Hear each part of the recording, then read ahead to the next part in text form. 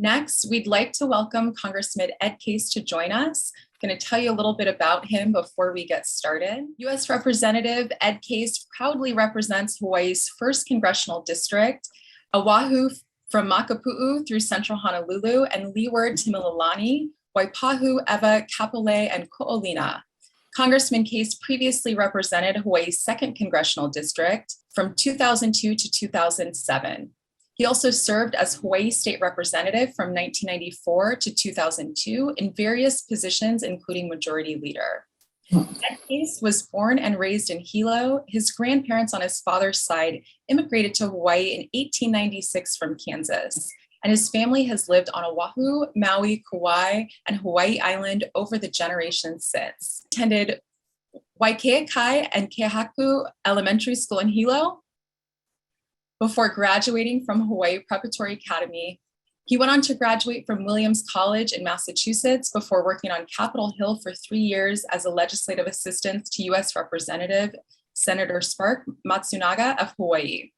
Following his first of 3 Hawaii DC tours, Congressman Case graduated from University of California, Hastings College of Law School in San Francisco, before returning to Hawaii to serve initially as a law clerk to Hawaii Supreme Court Justice Chief William Richardson. Following his initial service as a U.S. representative, Case practiced law for 7 years with the Honolulu firm of Bays, Lung, Rose, and Holma, where he also served as managing attorney. He then served for 5 years as Senior Vice President and Chief Legal Officer of Outrigger Enterprises Group, one of Hawaii's oldest hotel and resort companies. Thank you so much for joining us today, Congressman Case. I think that I may have fumbled one of those schools in there. I apologize for that. How are you? I'm very well. All good. Can you see me? Can you hear me? Perfectly. Thank you. Go ahead. Okay. Thank you so much, President Harvey, and all of our association members and guests. Good morning and aloha. And it's really great to be with you, and it's great to be home. As you can tell, I am home. I don't usually get to wear an aloha shirt in Washington, D.C. And of course, as you all know, D.C. is a pretty crazy place right now. And so for this week and maybe next, depending on what the Senate does today, I get to escape D.C. and reground myself in some local perspective before going back to the zoo. Your conference subject is so timely, and frankly, I'm really honored to be able to lead it off. I feel a great sense of responsibility in that because you're going to have such a great discussion over the next few days. And I want to just set some kind of the big picture concepts for my talk to you. I mean, I think we all know that. Although we don't always think about it, that our Hawaii's economic path was actually set generations ago, 3 generations ago, really in the post-war era and certainly in the post-statehood area. And we have continued on that path throughout. We have basically based that path around growth. Growth has been our mantra, our motto. Certainly as agriculture was still surviving and thriving, we wanted to grow agriculture. We hope we can still do that. Certainly, tourism was a growth and remains a growth economy. Construction, defense, military defense, government certainly grew during this period, and our population grew, although, as we all know, it's slowing down, but it's still on a growth path. So it's unlike many states on the continent that are not growing at this point. But I think the key question, which you've already asked in your opening remarks, is, can we sustain it? And I think almost more importantly, do we want to sustain this same economy going forward? Disruptive events and COVID-19, certainly a giant of a disruptive event across our country and our state, they at least offer the opportunity of perspective and reality. And if we can do that, choices, because if we do take the perspective and the reality and accept that we have choices to make, then we can decide whether we want to simply continue on the path of the last 3 generations, or we want to redirect in some areas or redirect across the board. Frankly, in my observation, as we hopefully are coming out of COVID-19, so far the results of our internal examination of our past, present, and potential futures has been quite mixed. I think we're at least asking some of the big questions, and you're asking those questions today, and hopefully we can get into those with some of my presentation in the Q&A. But frankly, there's just such a strong temptation to drift back into the status quo ante, the pre-COVID world. It's an almost irresistible pull, as if people just don't want to deviate from a path, even if that path is not a sustainable one. And so I think we all have to fight against this tendency just to kind of go back to pre-COVID-19. I don't think that's going to be good for us now or in our future. So I hope today to contribute to your meeting by a couple of areas. First of all, I just want to summarize our federal government's role throughout COVID-19. I want to update you on the current debate in Congress on two big infrastructure bills, especially as they're related to Hawaii. I'd like to offer you some thoughts about what I think the federal government learned from COVID-19 and some of our choices at the federal government level. And then finally, I'd like to offer you some thoughts from my perspective on the same thing for Hawaii. What did we learn in COVID-19 and what choices does it present? Then I want to take your Q&A as there is time. And before I forget, I do want to say, and I hope to remember to say it again at the end, for any further questions or comments or to get in touch with me or any needs, case.house.gov is the fastest way into my office. Let's take first the federal government's role and recap that. As and after COVID-19 started in earnest in March of 2020, I think we really had three roles at the federal government level. First was whether and to what extent to set national standards for our COVID response. The second was to get the science of COVID-19 correct and respond and accelerate the scientific research, the scientific development that it was going to take to meet a scientific medical problem, a pandemic. And then third was, of course, to prop up collapsing economies, state and county budgets, communities, and social safety nets across the entire country. I would say, in retrospect, that our first two responses were poor, especially in the early going.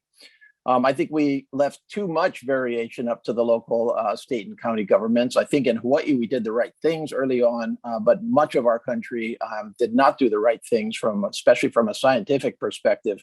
And that hurt our stabilization and recovery from COVID-19, and frankly still does hurt it. So I don't think we did the right thing there. I think that we marginalized the science. You know, we all know we were in the middle of a very difficult political time. It was a presidential election. There was a lot of pulls on the science, and we swept it under the rug. Unlike many other countries in the world who face up to the science of it, and the results of that were not just academic; they were tragic. I walked with Congressman Kahele on our national mall just a few days ago, where there is a very, very touching and compelling and emotional demonstration of 700,000 of our fellow citizens now dead, one flag for each of the 700,000. And I simply had to ask myself the question, yes, we lost 700,000, but how many of those 700,000 were lost not because of the inevitability of COVID-19, but because of our response to COVID-19? And I think the answer is way too many. I think in the third area, we were far better. We passed on a bipartisan basis. We cut through it all, three massive emergency assistance bills and a number of smaller ones.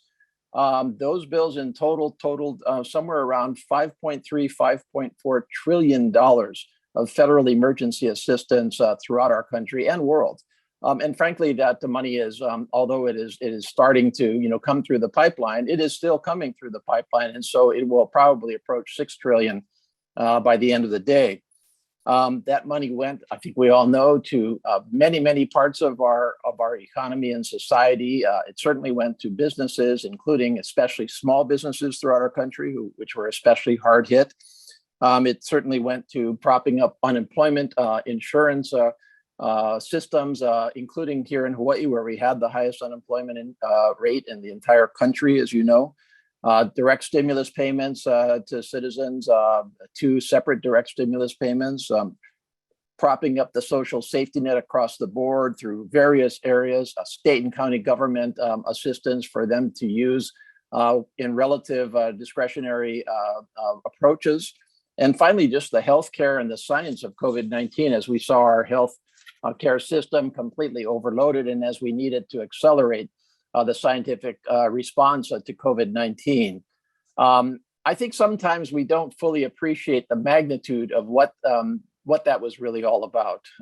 Consider, for example, and I serve on the House Appropriations Committee, so my responsibility on that committee is to allocate all federal discretionary spending every year on a fiscal year basis.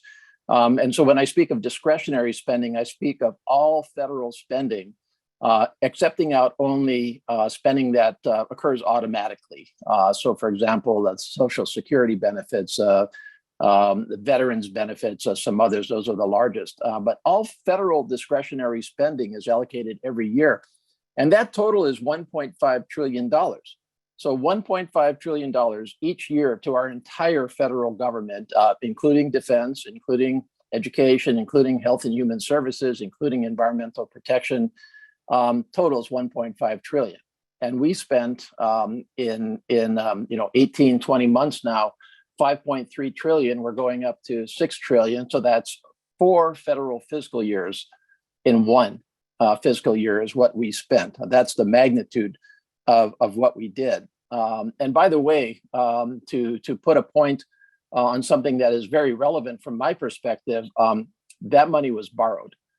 So we did not go out and increase, taxes or reduce other federal spending. This was an emergency. It needed to be done. Everybody agreed it needed to be done. But the consequence was 5.3 trillion going to 6 trillion of additional federal debt. Our debt went up in 18 months from 23 trillion at the beginning of COVID-19 to 28 trillion plus now, closing in on 29 trillion. That is a real consequence of what we needed to do.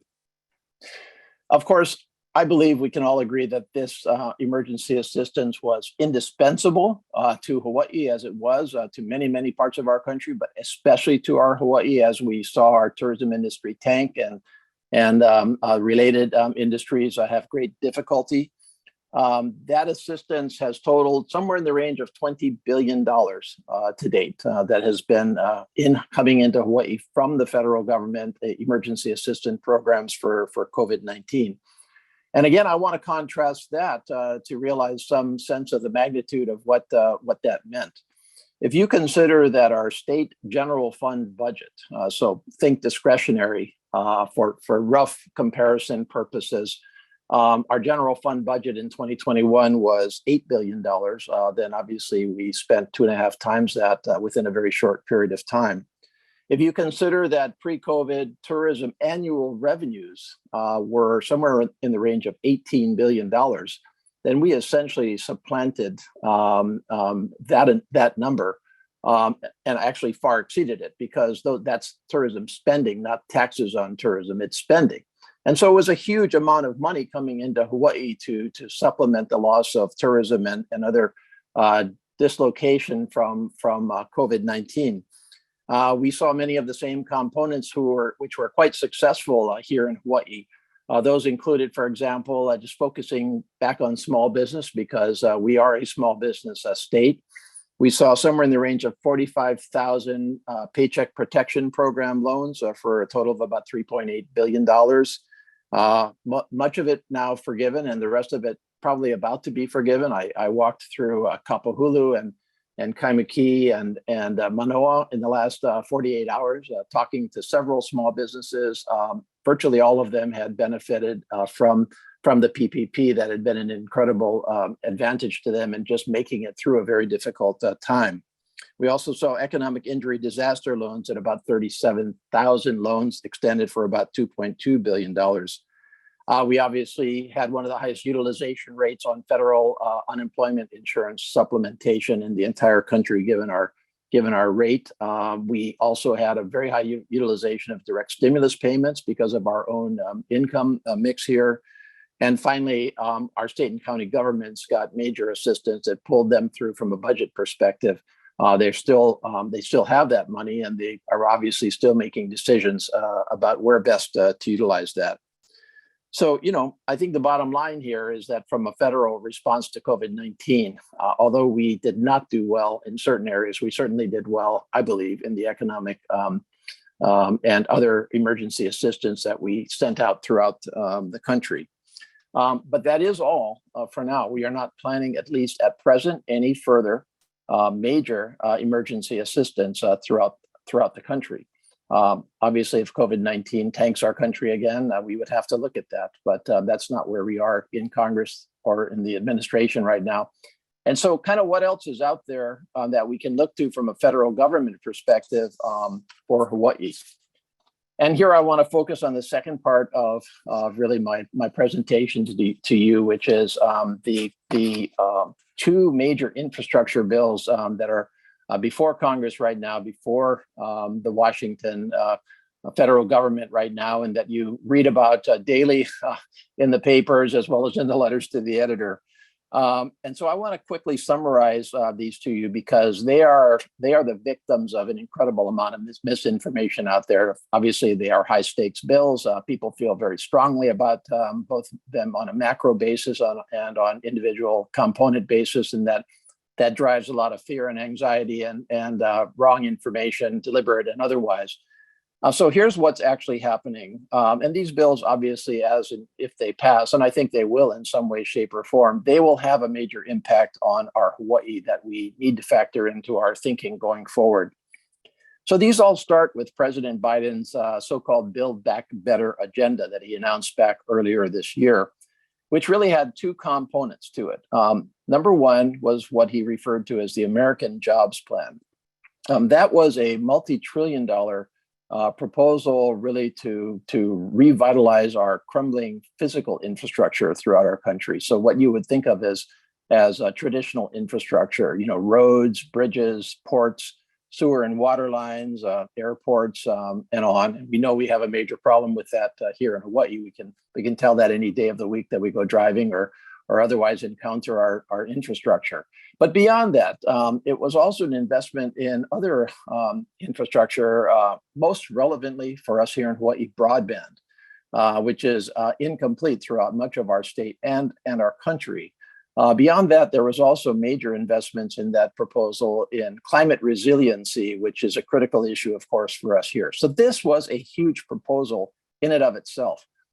But he had another component to his Build Back Better agenda, and that was the American Families Plan, which is a 3.5 trillion, quote unquote, 3.5 trillion. And I put it in quotes because the actual cost is hotly debated. But as presented, it was $3.5 trillion in so-called social infrastructure. Areas that he focused on were, for example, extending free education in preschool as well as higher education, extending child tax credits that we had put in place during COVID-19, expansion of the federal government's role in healthcare, medical and family leave, really a litmus test set of issues in the social infrastructure sphere. Huge and complicated proposal. So where does this all stand? Well, the American Jobs Plan, the physical infrastructure bill, was hotly debated in Congress, in both the House and the Senate, with the president's participation. And lo and behold, in the middle of an incredibly divided and polarized Washington, we actually agreed to a bipartisan infrastructure plan, the so-called BIP, as we refer to it in Washington, D.C. $1 trillion invested in physical infrastructure, the largest infrastructure investment in our history, about 2 million jobs nationally, new jobs, bipartisan, a demonstration that Congress can actually work. And for all of those reasons, widely supported by the public, 75% or more, including here in Hawaii.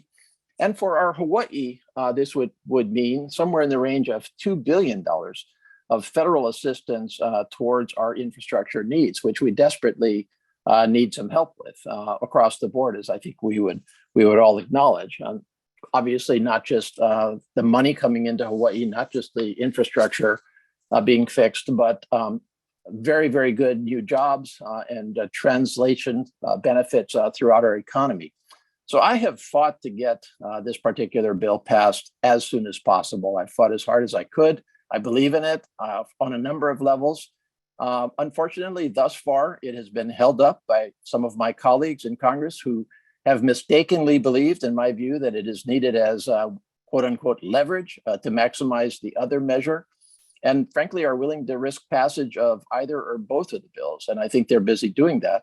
And so it has now been delayed once again. We're supposed to deal with it at the end of this month. I hope we do. I hope we pass it and give it to the president. So let's talk about the second, the American Families Plan. This has also been the subject of intense negotiations as we speak. It's being negotiated every day. I'm on the phone every day with some set of colleagues and others to try to mold that bill to a point that it will actually pass in a divided Congress. That is, at the end of the day, you can yell and talk and scream all you want, but will it pass Congress? And that takes the requisite number of votes to line up. And from my practical perspective, that's where we ought to aim. What is the number of what is the bill that we can pass that will actually pass Congress? There are several issues in this bill that are problematic that we're working through. One is the total amount. The range of total amount appears to be somewhere between $1.5 trillion and $6 trillion. That's a lot of trillions in between the two. Is it going to be paid for? By which we mean, is it going to be borrowed money, just as the emergency assistance? I don't believe that we can borrow any further money, with the exception of climate change, where I'm willing to invest our national finances in climate change related urgencies. But the rest of it, I don't believe that. I don't believe we can worsen our debt. Some of my colleagues disagree. Is it going to be universal or tailored to need? Some of these programs are proposed as universal in that they apply whether you need them or not. I'm far more on the side of let's tailor them to actual need, both because I think we can maximize the programs to people in need if we do it that way, and because I believe that in doing so, we can actually maximize the total amount that is going to people in need without driving ourselves into debt. And then finally, of course, once you accept those boundaries around the bill, then what specific initiatives are going to be chosen of many worthy ones to actually focus on? And so these are all critical issues that we're working through. For Hawaii, any number of these issues would have major impacts, but kind of exactly what depends very much on the specifics. I mean, I think from my perspective, the biggest potential area to achieve in the American Families Plan is significant investment in climate change related initiatives here in Hawaii, especially our essential transfer to renewable energy, as we've committed to doing, but certainly key investments as well in our communities of specific need. Educational opportunity to those in need, we certainly need that in Hawaii, but there's a lot of problems or potential problems for Hawaii. One would be if this bill contains massive new mandates on businesses, including our small businesses, then that is a problem for our small businesses and for our economy. And then finally, I would note that massive new debt, if we go in that direction, I believe definitely catches up with you in terms of higher inflation and higher interest rates. And that's especially problematic to our local economy. Let me turn back now to kind of what we learned. I've commented on that a little bit. And what does it offer in terms of the choices going forward? Well, let me take the federal government first and give you 5 or 6 areas. I think, first of all, for those people that denied that the pandemic was the pandemic, I think we know that pandemics are in fact reality now. They are international, they are cross-border, they don't care about countries, they are sweeping, they are widely consequential. And they can recur. And so we were caught pretty flat-footed on this pandemic, and we shouldn't be caught flat-footed on a pandemic again. I don't think we can ignore science. We ignored science at the beginning of this pandemic. Like I said earlier, 700,000 dead. How many would not be dead if we had made the right decisions at the very beginning? It haunts me. I think pandemics are national. As I said earlier, I think we left a little bit too much discretion to state and local governments. Again, maybe we made some of the right decisions, but many parts of our country didn't. And frankly, that was the cause or one of the causes of a longer pandemic than needed. And we need look no farther than the rest of the world to see the countries of the world that took a more national response and got through it a little bit better. I think we saw incredible supply chain dependence. Now, that shouldn't be a surprise to anybody who understands our international economy. But to reduce it down to some of the key areas where we were dependent on China for major healthcare related equipment, masks, et cetera, and to understand how exposed we were in that particular area certainly was a wake-up call in many of our industries, one that we are trying to deal with from a policy perspective in Washington today, where we're trying to say to ourselves, well, which supply chains exactly do we want to unlink from the rest of the world, especially adversaries, and is it okay to continue to have that international interaction? I don't believe we can delink from the entire world, but I do think we should delink from the perspective of especially difficult and problematic supply chains. I think another one that was pretty obvious was that in a true national emergency, our federal government is really the only place that we can look to pull us through. Yes, of course, we have state and local governments that have responsibilities, communities, business organizations. We're all responsible for pulling ourselves through. But the choices that we have are very limited. And in these times, we need to make the right decisions at our federal government level, because our federal government is really the only real option. And then finally, I think I've said this 5 or 7 times, it's just a really bad idea to politicize a crisis. I wish we hadn't done that. Let's turn to Hawaii. What did we learn here, and what are our choices? I could probably go on for some time in this category, but I've just picked a few that occurred to me. Some obvious, some not so obvious, and some that kind of have a mix of obviousness. So let me take the obvious one first: overdependence on tourism. When you put all your eggs into one basket, and when that basket is influenced at this extent by a pandemic, then this is the result you get. Now, I think we can all say that, we can all acknowledge it, but how do we re-engage it? How do we re-engage tourism now? You're going to spend a lot of time at your conference talking that through, and I think it's a completely relevant and legitimate question for us all to ask. Do we simply return to this, the 7 decades of tourism trajectory, which brought us to 10 million visitors a year, and just keep going from there? Do we take the opportunity to ask ourselves, is there a better way to construct tourism, both from a public support perspective and from a sustainability perspective? And as already been talked about, a natural resource protection perspective. Here's the fact.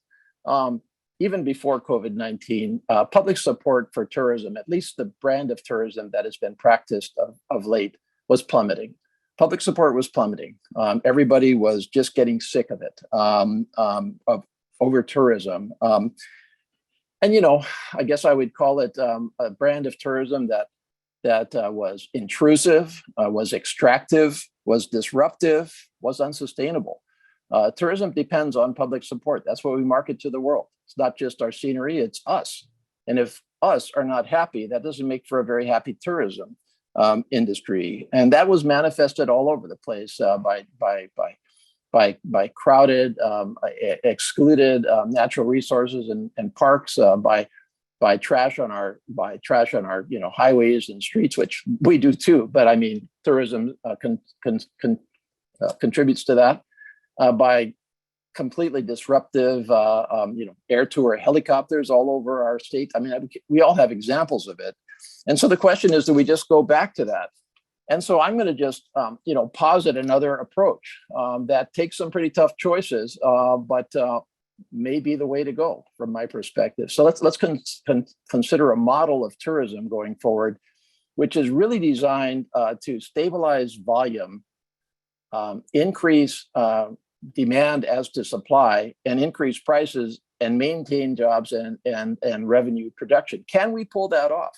Can we have our cake and eat it too? I think we can come pretty close, but it would take some pretty tough decisions. For example, I listed 5 or 6 here, all of them tough, any of them tough.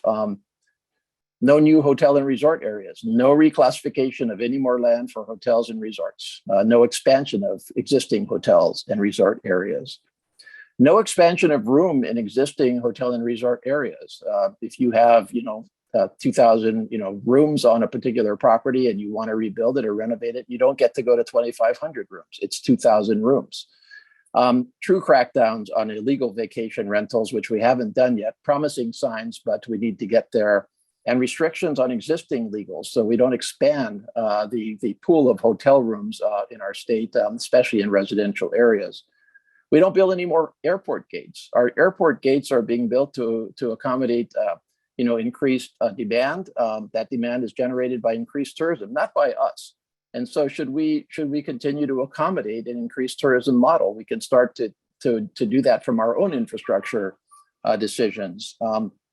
Can we use the Hanama model by reserving more local time at our parks?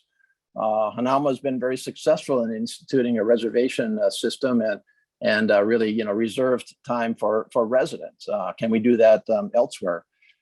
Can we set a maximum ceiling on availability of rental cars in our state? Same basic comment as airplane gates. I think if we think through those kinds of areas, we might come up with some surprising decisions for ourselves that might work, but these are choices. Let me talk about one not so obvious lesson of COVID-19. Our defense presence saved our butts. Now, I haven't heard a whole bunch about that talked about, but let's consider that even before COVID-19, our military and our overall defense presence in Hawaii was the second largest economic generator in our state.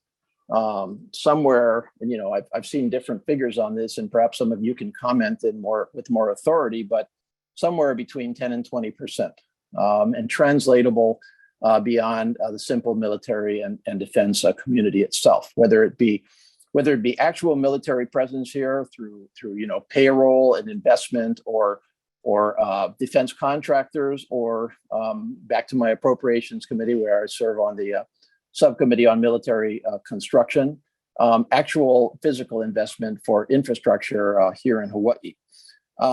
During COVID-19, the military was our number one industry. It was a consistent industry. It was stable. It didn't depend on the ups or downs of COVID-19. It was insulated. It was, a sure thing. I don't want to say sure thing, but it was certainly better than tourism or anything else we had. And I think we have a major choice here in Hawaii, because I've seen an alarming increase in anti-defense comments both nationally and here in our Hawaii. And I say alarming because number one, anybody that understands anything about kind of where the Indo-Pacific is going, especially as to China, understands that it's critical for our country to be present in the Indo-Pacific, and that includes our Hawaii. And I think it's our obligation to our country, but also it is an economic issue for our Hawaii. We always talk about diversification. Well, we are already a little diversified with our defense spending. And so we've got decisions to be made, such as whether we will allow the military to continue key training ranges throughout our state. And we better make the right decisions on those to recognize the importance of the defense presence here in Hawaii. And then finally, I would just mention kind of a mixed area, tele-anything, I call it.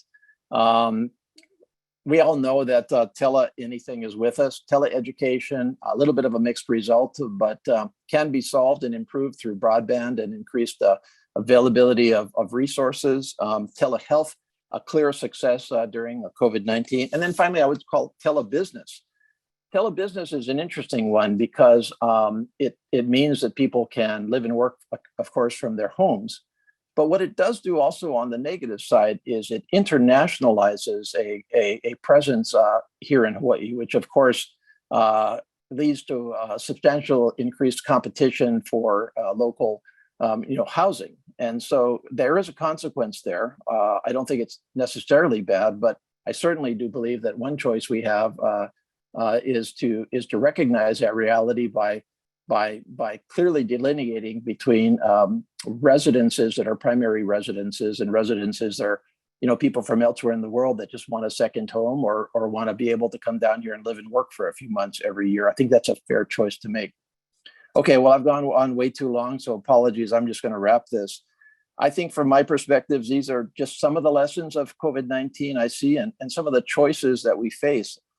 What's really important to me, and I think to all of us, is that number one, we try to recognize and see these choices in a very, very clear-eyed basis, that we question whether we can do better coming out of COVID-19, that we correct course where we can or we should, and that we do realize that we have these choices because, and I'm not the first one to say it, but I always remember it, the past is always already written, but our future is not written.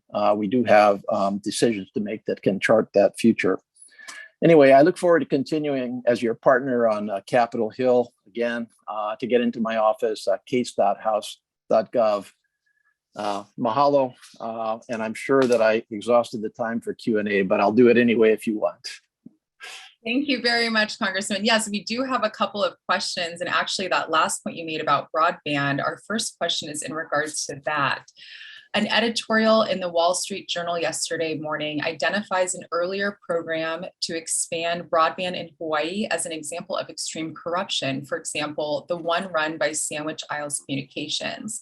Does the broadband initiative contain new program initiatives likely to mitigate such corruption? Yes, the answer to that is yes. The Sandwich Isles example was highly disturbing, of course, and the people that were responsible went to prison for it, as they should have. And I think it did expose a lack of adequate federal oversight of massive amounts of funding that were going for these purposes. Now, I will say that what Sandwich Isles did, which was to try to link the Native Hawaiian community, in particular our Hawaiian homelands, was absolutely necessary and has changed the quality of life for Native Hawaiian communities and for our Hawaiian homelands in particular. So the idea of that investment was not wrong. The implementation and oversight perspective was obviously flawed, and there were consequences for that. The broadband that is being proposed in our infrastructure bills is far greater than the Sandwich Isles model, although that was large, intended to reach a far greater number of folks throughout our state and our country, is much more of a direct federal government investment in infrastructure. So presumably the opportunities for oversight will be better. But yes, there are fraud decisions built into it. But I don't accept the Wall Street Journal's premise that because Sandwich Isles was a disaster at the end of the day from a fraud perspective, that somehow federal government investment in broadband is similarly not advised. Sure. Thank you. Thank you. And I have a question, actually. You mentioned within the American Families Plan, we could maximize without driving ourselves into debt. Now, the price tag is no doubt breathtaking, but the income inequality that we see, especially in Hawaii, is pretty stark. When considering Hawaii's most vulnerable families, as well as our housing and houselessness crisis, which measures do you see as the most important for these vulnerable groups in Hawaii? Well, I would start by saying to you that I think that we can have it both ways. So I don't accept the people that say we have a false choice between a large bill and no debt. I don't accept that. We have very clear options that we can pursue to generate revenues that can pay for the largest investments in our social infrastructure in our history. So let's talk about scale of what we're talking about here. This is not just once in 10 years, not once in a generation. This is ever. And I think that we can in fact afford, from a debt and deficit perspective, a bill in the range of say 2 trillion or so, maybe more. It's not 3.5, and it's not 3.5 because the revenue is not available. It's 3.5 because Congress is not going to pass revenue generators at that level, and it's also not advised for our economy to take that much out of the economy, in my perspective. So there's a limit to it, but even within $2 trillion, you can actually. You don't have to pick and choose between those programs. But I will go back to this point that I made. I think you do and you should pick and choose between need and not need.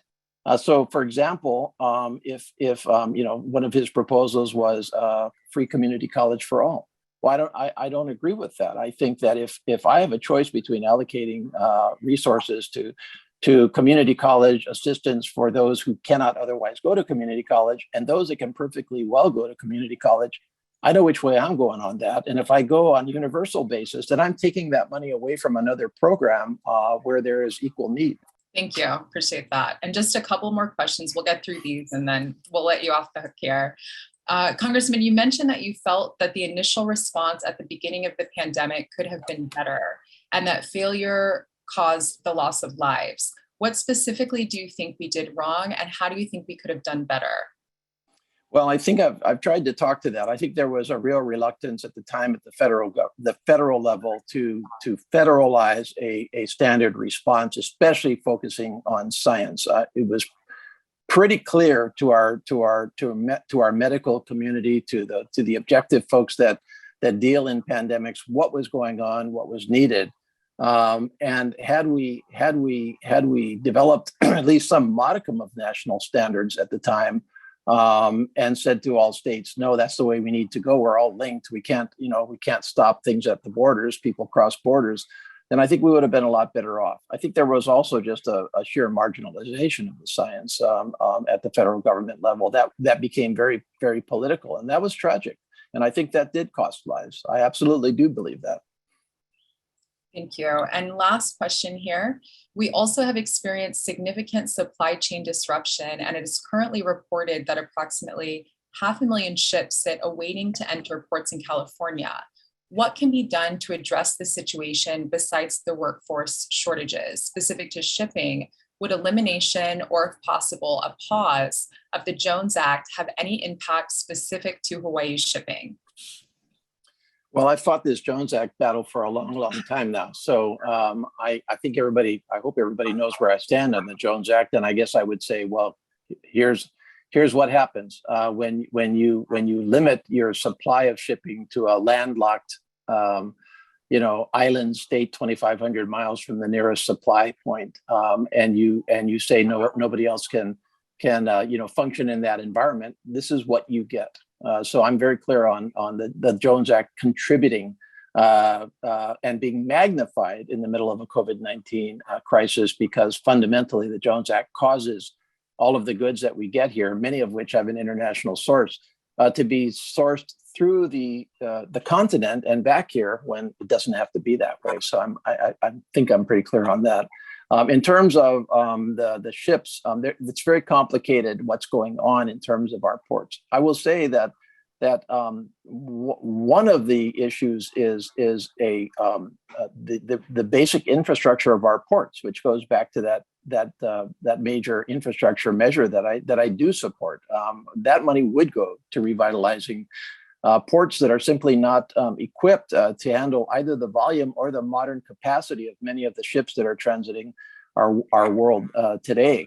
And so that's been a real problem for them to just get the stuff off the ships fast enough. But there's also another problem that is not quite as focused on, and that is that our internal transportation supply chains in the United States are also a problem of catching up from a post-COVID-19 world. So we're talking about just trucks getting out on the highways. I mean, there's a whole chain of events that has led to, as we all know, shortages of cars, whether buying them or renting them. Same thing has happened in kind of the national transportation network, where that has been disrupted. And so there's been a chain reaction of events that has caused this buildup on the West Coast ports. I think we can work our way through it, but it sure would help if we got some infrastructure money out to start those ports being renovated so they can handle this kind of demand. Great. Thank you so much, Congressman. We really appreciate you taking the time to talk with our group today and wish you the very best in your travels and your time back in Washington. Okay. Thank you so much. Aloha. Thank you. For the TV camera and all of your fans, quick history of rainbow driving. So rainbow driving was started by my grandpa in 1961, now 60 years ago. After fighting in the war, he learned how to cook actually for the Army in the 100th Battalion and came back and tried a couple different options here, but settled on rainbow driving in October 2nd, 1961. We've been here ever since, just serving the community. You've been in this location? This location. Since 61? For 60 years, yeah. But I think I read that before that, when he came back from the war, he He tried other restaurants, Yeah. like down in Waikiki, really, right? One in Waikiki, one in Chinatown, and just I think one was like a lease thing that fell out, and the other one just didn't work out. But kept trying. Yeah. They told him Kapahulu wasn't gonna be anything, and now look at it I today. could have told him that. But I don't.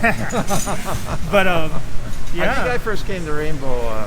I don't know how old I was, but I'm older than 60, so there you go. Oh, we appreciate it. I'm not sure. No, we've had some great customers and people that keep coming back. Now, where did your grandfather grow up?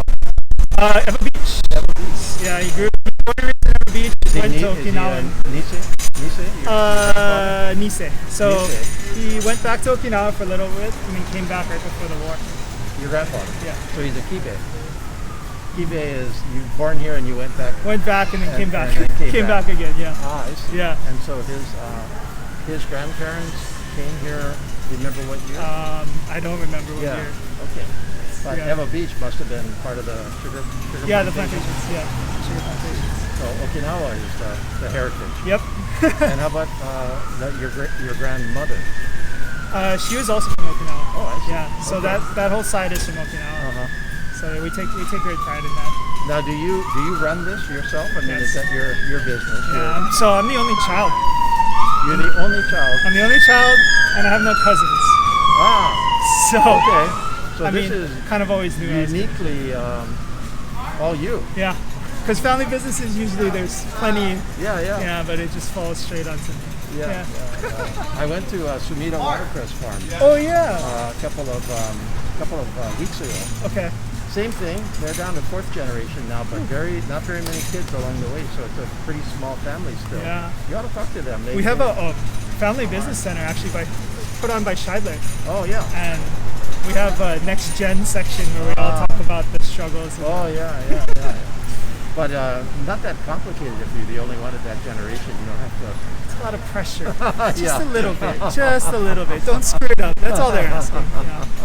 But yeah, It's we a hope to wonderful be- tradition. And what time is it? It's 1:15 in the afternoon, and the line is long. You got local. You got tourists there. A little bit of tourists. Yeah? Kind of died down after the summer. We expected that. How though. did you get through COVID? We Did you just have to did our shut best. We didn't have to shut down per se. We went to takeout only. But we tried to stay one step ahead of it. We were all watching what was going on in the mainland, and we had friends sewing masks. When the first came out, right? Everyone was looking for masks. We had people sewing masks for us. We had tried to get everything we could. Did you keep all take the advantage things of the COVID-19 relief funding? Like We did the 2 rounds of PPP. PPP. Yeah. How many employees here? We have 40 to 50, just depending on this location only. Oh, I see. So you're yeah. able to keep them employed at least for the We kept everyone employed. We just shifted some responsibilities and some hours, but everyone was fully employed, kept medical, and then we felt really lucky that we were able to survive. That we didn't want to touch the restaurant revitalization or anything like that. I've always said the federal stuff will take, but if the state, we want to leave it for some other people because we'll be okay. Yeah. And were you able to get it forgiven, the PPP? Working on the second one. Second. The first one's fine. Yeah. First one But went okay. thank you guys for all you guys did to help us. Well, there are tens of thousands of businesses Everyone's like yours employed. throughout Hawaii that take advantage of one of the highest utilizations in the country. We tried to get the mom and pops. That was the hardest, some of our friends and family that just didn't know. We're like, no, it's very simple, and then they're like, well, I don't want to take a loan, and we're like, well, just explaining it to them and making sure they knew, But no, thank you for that. We really do. All right. Anything else you should know about the trials and travails of the small business in Hawaii? How can I help up in DC? Right now, we're just waiting for things to return back to normal, and that's not any pressure for you guys to open everything. It's just we're just patiently waiting. Our tourists see our dinings closed just because safe access. We just don't have the means to part everything. But we're surviving, and we're just we always just take it day by day and just try and make it. Well, cool. Well, thank you so much. I'm going to go tell a story with a few of the people over there, if you don't mind. I won't scare them off. Thank you so much. Appreciate Thank you. it. Thank you. Today, is Kaimuki Day, a community that I've loved for a long, long time, and I'm here with Representative Jackson Sayama, who is now representing Kaimuki in the State House of Representatives. Rep Sayama, aloha, good to have you. Likewise, thanks so much for coming to our district. I'm really happy to show you around. Hopefully, we get to learn a few things about business owners and how we can better support them. So, yeah, thanks for coming. This actually happens because I reached out to Rep Sayama a couple of months ago and said, hey, let's do something together, and we actually decided this is what we wanted to do, is go check out Kaimuki together and talk story as people get through COVID. And so we're going to go talk to a bunch of the business owners in Kaimuki and see what we can find. Let's go. Okay.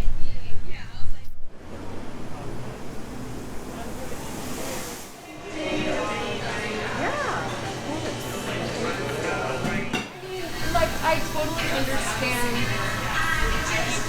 Everyone is in the same boat, It's not a great situation. No one predicted it. No one caused it. I grew up just a few blocks from here, and Your family property. yes, this is my family property. My dad always had plans for it, believe it or not. Nothing really ever and then believe it or not, he had a certain vision for it, which was pretty in line with the communities, and never really got the right offer. And then as he got older, it just, I think, became this project that was just a little too much for him to handle. But I'm grateful that it all worked this way, because I was here to help out. Is it concrete? Oh no, it's steel. What's it made of? I will have more answers for you on that after we do the walkthrough. It seems pretty solid. The engineers. Concrete or steel? Yes. And actually, they did one. The last one they did, it was about, let's see, 5 years or so ago. And that was actually with the Friends of the King here too. Yeah. And they set everything up, checked out with their engineer that checked it out. So When I did a walkthrough, I think it was the beginning of this year. I know there's some. Yeah. There's some stuff in the theater area. You guys just gotta take all that out. Oh wow. I think the main goal here is to figure out the sign structure of the sound. Yes. But then That's like iconic sign. Yeah. I know, right? I know. Like So. you're not going to get away with doing anything with the sign. Oh, You no. can That's do not everything my else you intention want, at but- all. That's not my intention at all. Don't worry about that. I'm definitely going to make that a priority At once least, we. at least until the generation that went to the Queen Theater dies off. Oh no, everyone's all about the retro side. I tell you, that letter was just perfect. I could not have written it better myself. You hit all the key points. I that wrote really that needed to be letter. said. I wrote it myself. In terms of the process, why. And I then- figured I knew what the weak spots were. I kind of went and talked about the weak spots a little bit. What actually happened? Like, I wasn't sure what to expect. Okay, so the post office gives you a contract, and Yeah. it's not But a I mean, profit base. after I wrote that letter. Oh, after you wrote the letter. How did it come together so fast? Did the landlord do something different, and the post office came back and said, "Oh, wow, let's see if we can put this together"? Or what? Yeah, we all came together and said, let's make this all work, Yeah. in a sense. The post office came back and said, our bad, in a sense, and said, how can we make it right? What steps do we have to take? A and B was extremely helpful to work with, and they said, what do we need to do? And I said, just send me the paperwork and I'll start signing. And the paperwork was there right away. So did A and B come down on their rent demand, and then the post office came up a little bit on what they could pay? and Yes, you and we all, matched it at the end of it? exactly, and we all meet in the middle. Yeah, cool. Yes, so it all worked out quite well, and within your letter, within a day, I'd say, the USPS was responding, and then I had previously had many delays in terms of working with them. They're under the reorganization, a lot of good people working there, but they're not sure where they're going to be in a week or 2 weeks. or Where do you such. think the actual hang-up occurred? Was it at the regional level? No, It was local, or what? I don't think it was local. I don't think it was local No, either. no, I think the because they local were people pretty shocked. the local people probably said, this is a mistake. Yes, they did, and they actually said, let us go back and fight. Yeah. And for a while they did, and then they came back and said, we fought our best and we can't make it happen. Yeah. at that point, we were determined that this is over. It's not going to get fixed. And a couple of local representatives came in and spoke. And when we spoke to them, they kind of agreed that it's going to be over. And then we heard your office was getting involved, and I said, well, let's see what happens. Well, I hate to tell you this, but it doesn't always turn out this way for me. Sometimes it just does, you know. Sometimes you just hit it just right and just at the right time, say the right things, and maybe people are thinking it to start with, and maybe they've got some other issue they want me to be with them on or whatever. But in terms of the contracting office at the mainland level, you know, they initially said no, nothing. We're not going to increase at all. And then after your letter, they were basically, this is approved and it's exactly what it should be. And, you know, it worked out okay. I think they didn't want to go through that analysis of the higher costs in Hawaii, and so I think they were a little concerned that if they went through that analysis, it would actually indicate the reality, which is they should be increasing their amount across the board for contracting offices. So Sure, I was just telling crew, I used to run the edible arrangements. Did that from 2006 to 2016. And, you know, there was a new franchise here in Hawaii, and that was one of the things we had to bring forward to their attention, was you have everything here. You have a high price of real estate rent, you have high cost of living, you have 20-hour full-time pay, mandatory medical insurance, everything here is shipped in, such as produce and whatnot. So it's definitely that thing. What you have to keep this in mind, that we have all the factors. Well, some cities in the mainland may have one or two. We have them all in one place, and it does make doing business at a higher cost. well, I'm glad it turned out. Yeah. I'm happy for the community, happy for you, and we'll see how it goes. Well, for me, what most important is when we originally took this place, it was for a couple people looking for full-time employment with medical benefits, and that's basically why we were here. My wife is a manager at the bank.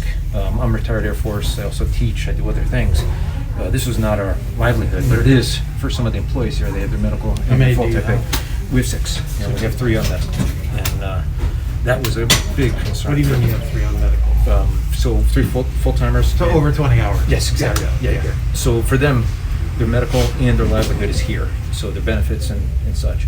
And for them to lose that in the year of COVID, that would have been painful. That would have been the downfall. That was the worst part of it. And it's been a tough year for a couple of them as well, and other more personal issues for them as well. It's been not a good year. It was tough to break news saying we're going to close. That was hard. All right, good. Thanks for letting me drop by to just kind of make a connection to the reality here.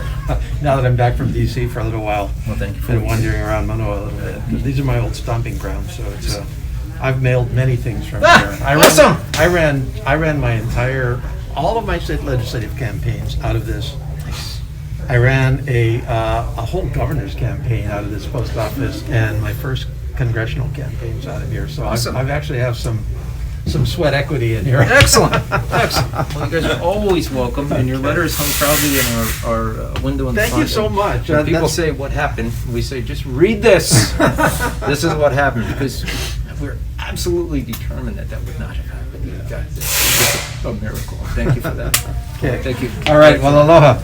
Oh, I know. It's so nice to have it there still. So you really did a great service to the community. Well, I was, sometimes it works. It doesn't always work that way, but sometimes it does, so you got to just keep on trying. So I'm glad it I'm did. happy about it. Thank you very much. Okay, thank you.